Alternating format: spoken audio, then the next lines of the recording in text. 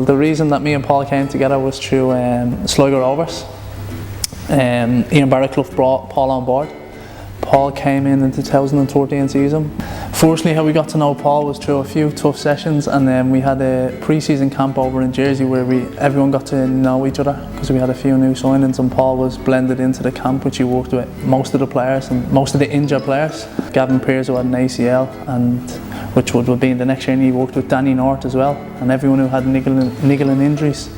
So we definitely got a lot of work done with them, and everyone who was in and out of the team. Everyone, I think, got a good information about Paul and an understanding of how you're supposed to look after yourself in the professional life of football, because some of our players, to be honest, possibly didn't know that way, how to train and how to live right, and should I say eat right, everything that you should be doing day-to-day basis, and it was just that's how we came together. And since then I used to drive up and down with Sligo to Paul, with Paul should I say, and got to know him more than most of the lads, and I'm very grateful that he's a close friend as well, so that's how we came to know each other.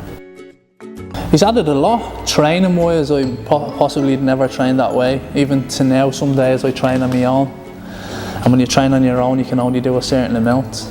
So if you have someone like Paul pushing you, and he's qualified in so many things that, as I said, like, he's brought me on so many different ways. There was a massive eye opener, because I don't think League of Ireland had that at that stage, and Sligo definitely didn't, because I was there the year previous, and we have a gym.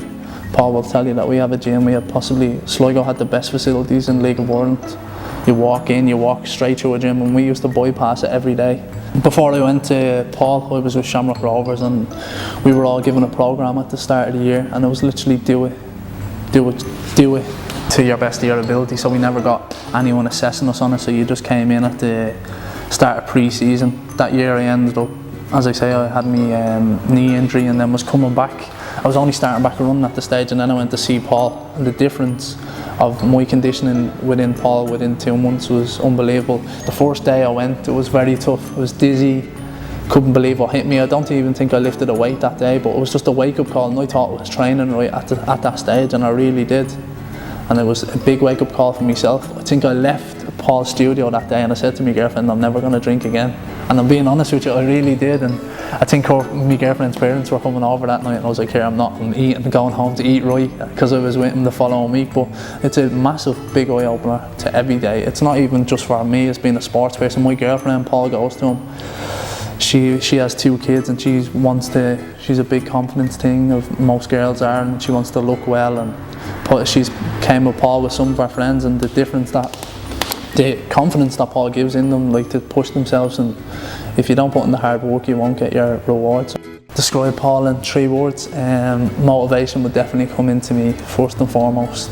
When I started training with him, the differences, and not just going around, you could definitely have like 18 people in a class, and you could think that you could hide maybe in the back of the class, and he'd definitely pick you out. Paul will definitely make sure that you push yourself in a right way, not in a way that he's screaming in your face. Don't let me come across like that. It's definitely in a good way. You're here to work hard, and Paul wants you to work hard, so he motivates you in the right way to train hard. Secondly, I would say knowledge of in everything that he does in his day-to-day work. I do football, so if Paul has asked me in a football question, I'd say what I'd feel, and I would probably burn his ears out from the amount of questions that I've asked him, certain techniques that I do, and any part of me training, he would tell me yes or no, or do it this way, or demonstrate it for me. So his knowledge is frightening, really, because he's been doing this for a numerous amount of years, and I've only been probably starting training properly. I'm 24, I probably should have been doing it since the day I was probably 17, maybe 16, 17, I should have been training right, and I've only possibly started doing it at 21, so I've missed a few years.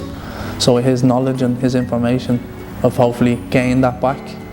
Thirdly, I would have to say ego, not in a way as in presence, walking around like he's the big man, in a way that he knows what he's doing. He's professional in his manner and in his job.